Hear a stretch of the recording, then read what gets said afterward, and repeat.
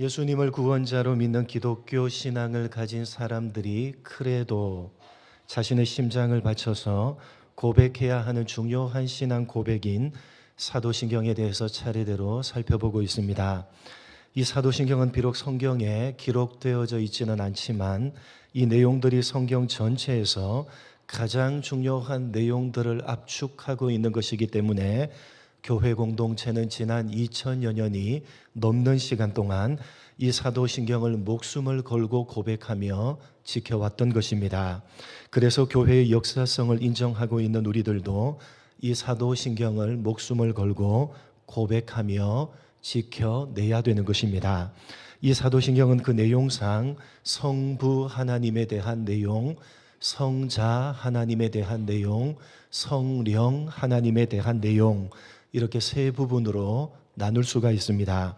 그 세 부분 가운데 가장 많은 분량을 차지하고 있는 것이 성자 하나님이신 예수님에 대한 부분으로 오늘은 그 마지막 부분인 저리로서 산 자와 죽은 자를 심판하러 오시리라에 해당하는 부분입니다. 이 세상과 인류의 멸망을 소재로 한 영화들이 종종 상영되고 있는데 그 내용은 대부분 자연재해나 아니면 우주 행성 간의 충돌, 그것도 아니면 사람이 만든 로봇이 반란을 일으켜서 세상과 인류가 멸망에 이르게 된다는 내용입니다. 이렇게 세상과 인류의 멸망을 소재로 한 영화가 등장한다는 것은 많은 사람들이 어느 정도는 이 세상과 인류의 마지막이 올지도 모른다는 생각과 그 마지막에 대해서 관심을 가지고 있다는 반증일 것입니다. 그러나 그럼에도 불구하고 그러한 생각과 관심이 다만 호기심에 그치는 정도일 뿐이지 보다 심각한 생각과 관심으로 발전하지 않는다는 것은 참으로 안타까운 일입니다. 그런데 더 안타까운 것은 믿지 않는 사람들은 그렇다 손치더라도 그리스도인이라고 자처하는 사람들조차 세상과 인류의 마지막에 대해서 그다지 크게 관심을 두지 않고 있다는 것은 너무나도 안타까운 일입니다. 여러분, 이 세상의 마지막과 그리고 우리의 마지막에 대해서 여러분은 얼마나 관심을 가지고 계십니까? 얼마나 여러분은 관심을 가지고 그 마지막을 대비하며 살고 계십니까? 온통 이 세상 살이에만 몰입하면서 살고 있는 것은 아닌지 오늘 우리는 우리 자신의 모습을 돌아봐야 될 것입니다. 성경은 여러 곳에서 분명하게 이 세상과 인류의 마지막이 올 것이며 그때에는 무시무시한 하나님의 심판이 있게 될 것이라는 사실을 반복해서 말씀하고 있습니다. 오늘 본문으로 읽은 히브리서 9장 27절에서도 한 번 죽는 것은 사람에게 정하신 것이요 그 후에는 뭐가 있다고요? 하나님의 심판이 있다고 분명하게 말씀하고 있습니다. 여러분, 우리가 살고 있는 이 세상은 결코 영원하지가 않습니다. 언젠가는 반드시 그 마지막이 올 것인데 그 마지막은 하나님의 심판이 될 것입니다. 이 세상의 마지막이 온다는 것은 이 세상에 살고 있는 우리도 그렇게 된다는 것입니다. 여러분, 우리는 이 세상에서 영원히 사는 존재가 결코 아닙니다. 그냥 이렇게 천년만년 살아가는 것이 지속이 될 것 같지만 그러나 결코 그렇지 않다는 사실을 우리 모두는 잘 알고 있습니다. 우리 모두는 언제 일는지는 모르지만 단 한 사람도 예외가 없이 마지막을 맞이하게 될 것입니다. 전혀 모르고 살다가도 가까운 가족이나 지인들의 죽음의 소식을 들으면 새삼 우리는 우리 자신의 마지막을 실감하게 되기도 하는 것입니다. 여러분, 우리가 사는 이 세상은 영원하지 않습니다. 그리고 우리 자신도 결코 영원하지 않습니다. 이 세상도 그 마지막이 찾아올 것이고 우리에게도 마지막이 반드시 찾아오게 될 것입니다. 사도신경은 반드시 찾아오게 될 그 마지막이 이 세상과 인류의 마지막을 저리로서 산 자와 죽은 자를 심판하러 오시리라 라는 내용으로 정리하고 있는 것입니다. 먼저 우리가 정리해야 될 이 세상과 인류의 마지막은 저리로서 이루어진다는 사실입니다. 여러분, 저리로서 어떤 의미입니까? 저리로서 라틴어 원문으로 읽으면 인데라고 하는 말을 사용하고 있는데 그 뜻은 거기로부터라는 뜻입니다. 저리로서 거기로부터라고 시작되는 것은 앞에 나오는 내용과 연결이 있다는 겁니까? 없다는 겁니까? 거기로부터라고 했으니까 앞에 나오는 내용과 연결되어지는 내용이라는 것입니다. 여러분, 이 앞에 어떤 내용이 등장합니까? 하늘에 오르사 전능하신 하나님 우편에 앉아 계시다가, 그리고 이어지는 게 뭐라고요? 저리로서, 바로 거기로부터가 이어져 나오는 것입니다. 그러니까 저리로서라는 것은 하늘에 오르사 하나님 우편에 앉아 계신 바로 거기로부터 오신다는 것입니다. 바로 거기 낙원, 하나님의 나라, 셋째 하늘로부터 오셔서 심판을 하신다는 것입니다. 여러분, 마태복음 24장 30절을 한번 보도록 하겠습니다. 성경 두 군데를 한번 보겠습니다. 마태복음 24장 30절입니다. 같이 읽겠습니다. 시작.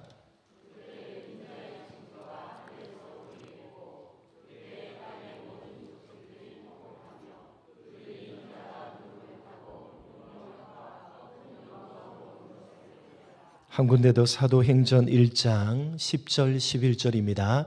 두 절을 같이 읽겠습니다. 시작.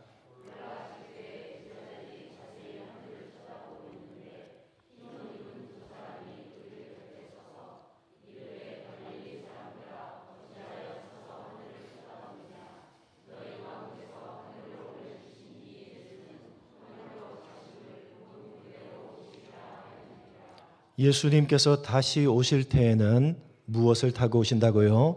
구름을 타고 오실 것이다 라고 하셨습니다. 하늘로 올라가신 예수님께서 바로 거기 그 하늘로부터 다시 오신다는 것입니다. 여러분, 우리는 예수님께서 처음 오실 때에 구약 성경이 예언한 내용들이 모두 다 문자적으로 이루어졌다는 사실을 주목해야만 됩니다. 예를 들자면 이사야서 7장을 보시면 예수님에 대해서 예언하면서 어떻게 예언하고 있습니까? 처녀가 잉태하여 아들을 낳을 것이다 라고 했는데, 실제로 예수님은 처녀인 동정녀 마리아의 몸에서 태어나십니다. 그리고 미가서 5장을 보시면 예수님께서 어디에서 태어나실 것이다? 베들레헴에서 태어나실 것이다 라고 했는데, 실제로 예수님은 베들레헴에서 태어나셨습니다. 또한 스가랴서 9장을 보면 예수님께서 나귀를 타실 것이다 라고 말씀하고 있는데, 실제로 예수님께서는 나귀를 타시고 예루살렘으로 입성하셨습니다. 뿐만 아니라 이사야 53장은 예수님께서 찔리시고 상하시고 채찍에 맞으시면서 고난을 받으실 것이라고 예언을 했는데, 실제로 예수님은 그렇게 고난을 받으셨습니다. 이렇게 예수님께서 초림하실 때 모든 구약의 예언들이 문자적으로 그대로 이루어진 것은 메시아가 누구신지를 명확하게 하기 위함이었습니다. 거짓된 메시아가 설 자리가 있습니까? 없습니까? 설 자리가 없게 되는 것입니다. 베들레헴이라는 곳에서 처녀인 동정녀의 몸에서 태어나시고 나귀를 타시고 찔리시고 상하시고 채찍에 맞으시고 고난을 받으신 분은 유일하게 누구밖에 없습니까? 예수님밖에 없는 것입니다. 마찬가지로 예수님께서 다시 오실 때에도 저리로서 거기로부터, 즉 하늘로부터 오신다는 말씀도 문자적으로 그대로 이루어질 것입니다. 이 말씀에 비추어 보면 여자의 몸에서 태어난 자는 결코 재림 예수일 수가 있습니까? 없습니까? 여자의 몸에서 태어난 사람은 재림 예수일 수가 있습니까? 없습니까? 없습니다. 어디로부터 오신다고요? 하늘로부터 오시는 것입니다. 여러분, 오늘날 자기가 재림 예수다라고 주장하는 사람이 얼마나 많은지 모릅니다. 여러분, 이단들이 다 그렇게 주장하는 바 아닙니까? 그러나 여러분, 저리로서 거기로부터 하늘로부터 라는 구절에 비추어 보면 모두 다 거짓입니다. 그들 모두는 저리로서 거기로부터 즉 하늘로부터 온 것이 아니라 여자의 몸에서 태어났기 때문에 그들은 결코 그들의 주장과 같이 재림 예수일 수가 없는 것입니다. 여러분 분명히 기억하시기 바랍니다. 예수님께서는 올라가신 그 하늘, 하나님 우편에 앉아 계신 바로 거기로부터 오실 것입니다. 초림하실 때에는 구약 성경이 말씀하시는 그대로 동정녀의 몸을 빌어서 사람이 태어나는 방식으로 오셨지만, 그러나 재림하실 때에는 저리로서 거기로부터 올라가신 그 하늘로부터 올라가신 그 모습 그대로 오실 것입니다. 어떤 사람들은 그렇게 말하면 예수님께서 하늘로부터 내려오시면 지구가 어떻게 생겼습니까?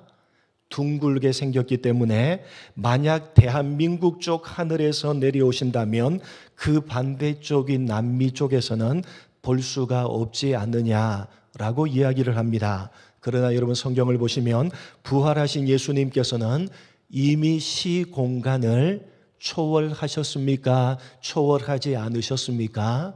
이미 부활하신 예수님은 시공간을 초월하셨습니다. 그렇기 때문에 예수님께서 올라가신 그대로 구름을 타고 거기로부터 그 하늘로부터 재림하실 때에는 어떤 특정한 공간에 있는 사람만이 아니라 모든 인류가 볼 수 있을 것입니다. 모든 인류가 볼 수 있게 올라가신 그대로 저리로서 거기로부터 하늘로부터 이 땅에 임하실 것입니다. 여러분, 예수님께서는 다시 오실 때 하늘로 올라가신 거기로부터 그대로 오실 것입니다. 그런데 그 다시 오심은 무엇을 하기 위한 오심입니까? 초림하실 때에는 무엇을 하기 위해서 오셨죠? 우리의 죄를 담당하시고 십자가에 죽으시기 위해서 오셨습니다. 그러나 여러분, 다시 오실 그것은 무엇을 위해서 오심입니까? 심판을 하기 위해서 오시는 것입니다. 다시 오시는 예수님은 이 세상과 인류를 심판하시는 심판주로 오시게 되실 것입니다. 타락한 이 세상은 심판을 받고 전혀 새로운 새하늘과 새 땅으로 완전히 갱신될 것입니다. 그리고 이 세상에 살았던 모든 인류들은 하나님의 심판을 받게 될 것입니다. 그래서 사도신경은 산자와 죽은 자를 심판하러 오실 것이라고 표현하고 있는 것입니다. 여러분, 왜 산자와 죽은 자입니까? 예수님께서 언제 심판주로 이 땅에 다시 오실지는 압니까? 모릅니까? 아무도 모릅니다. 언제인지는 아무도 모르는 것입니다. 그런데 오시는 그때를 생각해 보면 예수님께서 오시는 그 시점을 기준으로 해서 이미 죽은 자가 있을 것이고 아직 살아있는 자가 있을 것입니다. 그 모든 사람들을 의미하는 것입니다. 다시 말해서 이 세상에 살았던 모든 사람들은 단 한 사람도 예외가 없이 예수님께서 다시 오시는 그때에 심판을 받게 될 것입니다. 소위 말하는 최후의 심판을 받게 될 것입니다. 이 최후의 심판은 어떤 심판입니까? 요한계시록 20장에 이렇게 말씀하고 있습니다. 한번 이 예수님께서 다시 오실 때 하시는 최후의 심판이 어떤 심판인지를 한번 살펴보겠습니다. 요한계시록 20장 11절로 15절 말씀입니다. 요한계시록 20장 11절로 15절 말씀입니다. 제가 11절 내가 크고 흰 보좌와 그 위에 앉으신 이를 보니 땅과 하늘이 그 앞에서 피하여 간데 없더라.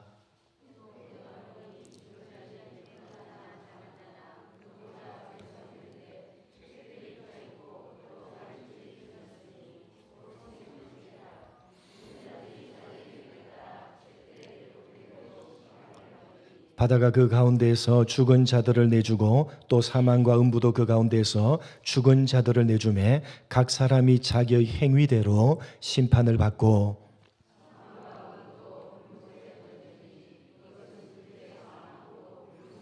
같이 읽겠습니다. 누구든지 생명책에 기록되지 못한 자는 불못에 던져지더라. 최후의 심판 소위 백보자 심판에 대한 설명입니다. 그런데 여러분, 그 심판의 기준이 무엇이라고 되어져 있습니까? 심판의 기준이 뭡니까? 여기 보시면 12절에 책들이 펴져 있고 또 다른 책이 펴졌으니 곧 무슨 책이라? 생명책이라 했으니까 두 종류의 책이 있는 겁니다.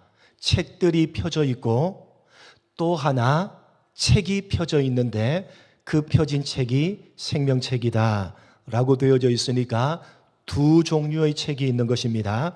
하나는 책들로 표현된 책이고 또 하나는 생명책입니다. 그런데 12절 후반을 보시면 자기 행위를 따라 책들에 기록된 대로 심판을 받는다 라고 되어져 있으니까 여러분, 앞에 나오는 책들이 있고 책이 있었죠. 책은 무슨 책?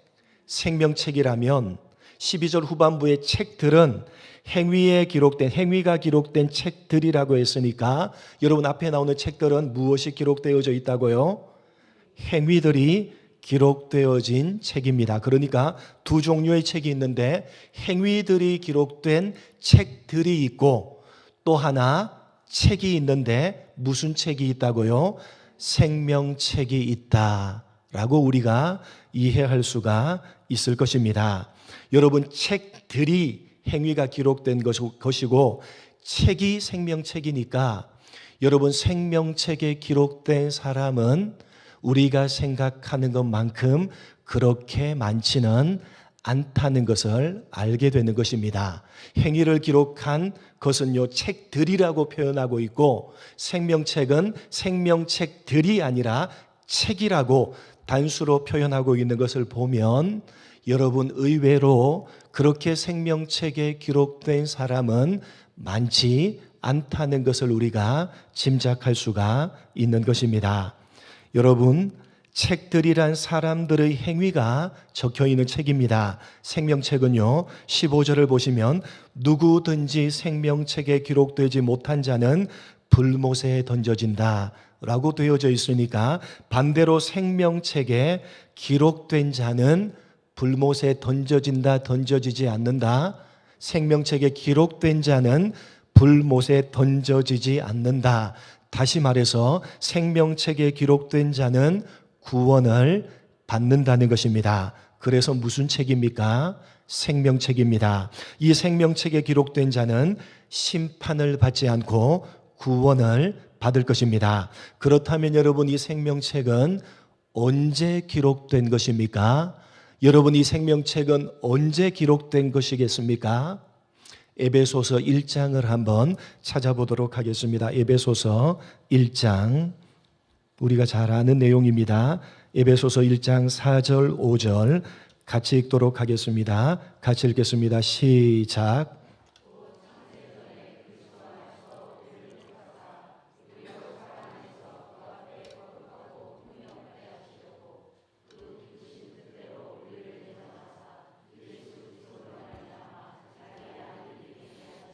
여러분, 생명책은 언제 기록이 된 것입니까? 생명책은 구원의 책이니까 창세전에 작성이 된 책이 바로 생명책이라고 할 수 있습니다. 그리고 이 구원은 이 생명책을 근거해서만 주어지는 것입니다. 그러니까 여러분, 한번 생각해 보십시오. 생명책은 언제 작성이 되었다고요? 생명책이 먼저 작성된 것입니까? 아니면 행위책이 먼저 작성된 것입니까? 생명책이 먼저 작성된 것입니다. 왜냐하면 행위책은 무엇을 기록한 책이죠? 행위를 기록한 책입니다. 그렇기 때문에 이 행위책은 이 세상과 사람들이 창조되고 난 이후부터 기록이 된 것인데, 생명책은 그 이전인 창세 전에, 즉 세상과 사람이 있기도 전에 기록된 것입니다. 그러므로 생명책이 먼저이고 그 다음이 행위책들이라고 할 수가 있을 것입니다. 다시 말해서 생명책은 하나님께서 이 세상과 사람이라는 존재가 있기도 전에 하나님의 기쁘신 뜻 가운데 작성된 것으로 우리들의 행위를 초월하는 것입니다. 그렇기 때문에 생명책이 기록된 이후에 기록된 행위책이 생명책을 바꿀 수 있습니까? 없습니까? 바꿀 수가 없습니다. 다시 말씀드리면 예수님께서 심판주로 재림하셔서 이 세상에 존재했던 모든 사람들을 심판하실 것인데, 그때 심판하시는 기준이 뭡니까? 무슨 기준으로 심판하신다고요? 각 사람의 무엇에 따라? 각 사람의 행위에 따라 심판하실 겁니다. 그때 심판하시는, 최후의 심판 때 심판하시는 기준은 사람들이 한 행위입니다. 모든 사람들은 자신이 한 행위에 따라서 선악간의 심판을 받을 것입니다. 그런데 그 어떤 사람도 하나님께서 행위를 기준으로 심판하실 때 그 심판을 견뎌낼 사람은 있습니까? 없습니까? 없습니다. 단 한 사람도 행위에 따라서 심판할 때 그 심판을 견뎌낼 사람은 없습니다. 그래서 하나님께서는 언제요?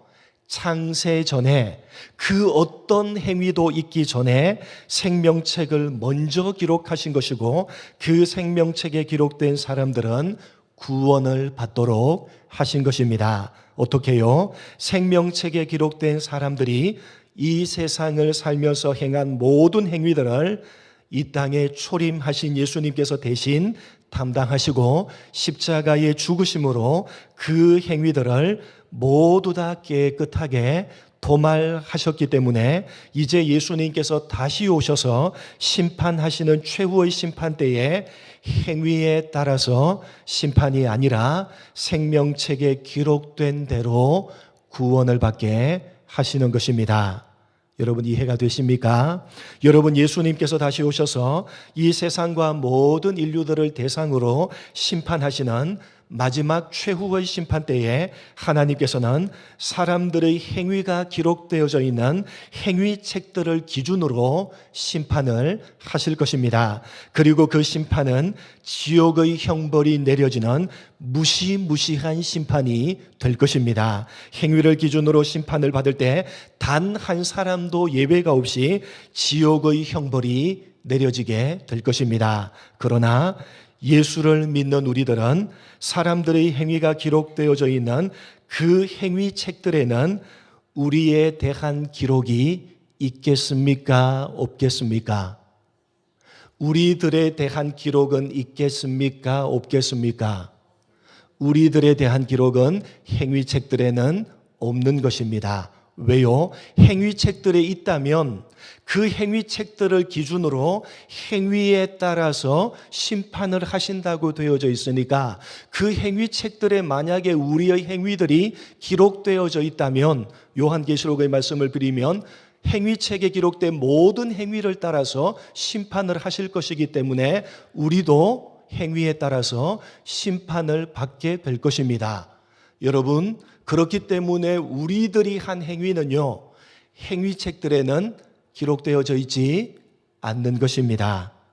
여러분, 행위책에는요, 우리의 행위에 대한 아무런 기록이 없을 것입니다. 왜냐하면 우리들은 창세전에 먼저 기록된 생명책에 기록되었기 때문이고, 그래서 예수님께서 우리들이 행한 모든 행위들을 위해서 십자가에 달리사 대신 형벌을 받으심으로 우리의 모든 행위들을 예수님께서 흘리신 그 보혈로 깨끗하게 도말해 버리셨기 때문에 행위책들에는 우리에 대한 행위의 기록은 없는 것입니다.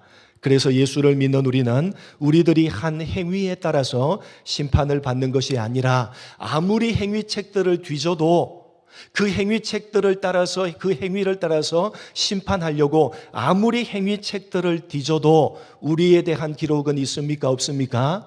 우리에 대한 기록은 없기 때문에 예수님께서 이미 십자가의 보혈로 깨끗하게 도말해 버리셨기 때문에 우리는 최후의 심판 때에 우리가 한 행위에 따라서 심판받는 것이 아니라 행위책들의 그 어떤 기록도 없기 때문에 또 다른 책인 어떤 책? 생명책을 기준으로 영원한 생명을 부여받게 되는 것입니다. 예수님께서 다시 오심으로 행하시는 최후의 심판은 생명책에 기록되어 있지 않는 믿지 않는 자들에게는 그들이 한 행위를 따라서 다시는 돌이킬 수가 없는 영원한 둘째 사망에 이르게 되는 지옥의 형벌을 받는 무서운 심판이 될 것이고, 그러나 예수를 믿는 우리들에게는 생명책에 기록된 대로 영원한 생명을 부여받는 기쁘고 영광스러운 심판이 될 것입니다.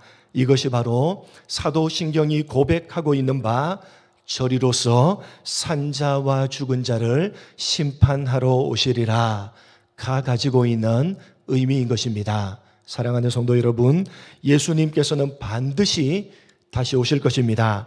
그리고 이 세상과 우리 모두를 심판하실 것입니다. 그 심판은 그 누구도 피할 수가 없는 전무후무한 무시무시한 최후의 심판이 될 것입니다.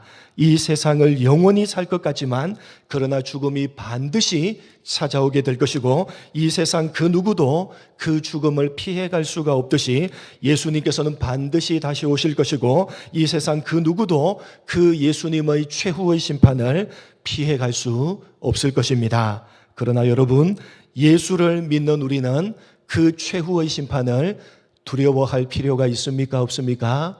두려워할 필요가 조금도 없는 것입니다. 우리는 예수님께서 십자가에 흘리신 피로 우리 모든 행위들을 이미 도말해 버리셨기 때문에 우리는 행위에 따른 최후의 심판을 면제받게 될 것이고, 오직 생명책에 기록된 대로 구원을 받고 영원한 생명을 부여받게 될 것이기 때문에 우리는 담대하게 어떻게 고백할 수 있는 것입니까? 저리로서 산자와 죽은 자를 심판하러 오시리라 라고 고백할 수가 있는 것입니다.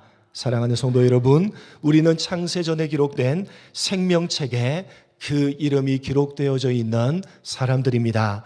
그것은 전적으로 하나님이 베풀어 주신 은혜입니다. 여러분, 그 은혜에 감사하는 마음으로 이 땅을 살아가시되 이 땅에 소망을 두시고 이 땅을 목적하시며 살아가지 마시고 성실하게 살아가시고 여러분 열심히 이 세상을 살아가시되 아멘 주 예수여 어서 오시옵소서라고 사모하는 마음으로 예수님의 재림과 심판을 사모하시며 기다리시는 여러분 모두가 되시기를 주님의 이름으로 간절히 축복합니다. 하나님 아버지 감사합니다. 예수님께서는 반드시 다시 오실 것입니다. 그 다시 오시는 예수님은 이제 심판주로서 이 세상과 모든 인류들을 심판하시는 최후의 심판을 행하시는 심판주로 오시게 되실 것입니다. 하나님, 그러나 예수를 믿는 우리들은 그 심판을 두려워할 필요가 없습니다. 왜냐하면 행위에 따라서 선악간에 심판하시는 그 무시무시한 최후의 심판은 행위를 기준으로 심판하는 것이기 때문에 예수 믿는 우리들은 우리의 모든 행위가 이미 예수님께서 짊어지시고 대신 피 흘려주신 그 보혈로 모두 다 깨끗하게 지워버리시고 도말해 버리셨기 때문에 우리는 행위에 따라서 심판을 받는 것이 아니라 생명책에 기록된 그대로 영원한 생명을 부여받는 심판이 될 것이기 때문에 오히려 우리는 예수님의 오심을 사모하며 기다리며 이 땅을 살아가야 될 것입니다. 그것이 바로 사도신경으로 고백하고 있는 바 저리로서 산자와 죽은 자를 심판하러 오시리라 라고 하는 고백이 담고 있는 의미임을 가슴에 새기게 하시고, 전적인 하나님의 은혜로 생명책에 기록된 이미 구원을 받은 사람으로 그 은혜에 감사하는 마음으로 이 세상을 살아가되, 성실하게 살며 열심히 살아가되, 그러나 이 세상을 목적하며 이 세상에서 영원히 살 것 같이 그렇게 이 세상을 사랑하며 살아가는 것이 아니라, 아멘 주 예수여 어서 오시옵소서, 예수님의 다시 오심을 사모하는 마음으로 다시 오셔서 심판하실 그때를 사모하고 기다리며 오늘도 하루하루를 믿음으로 살아내는 우리 모두가 될 수 있도록 은혜 베풀어 주옵소서. 감사하오며 예수님의 이름으로 기도드립니다. 아멘.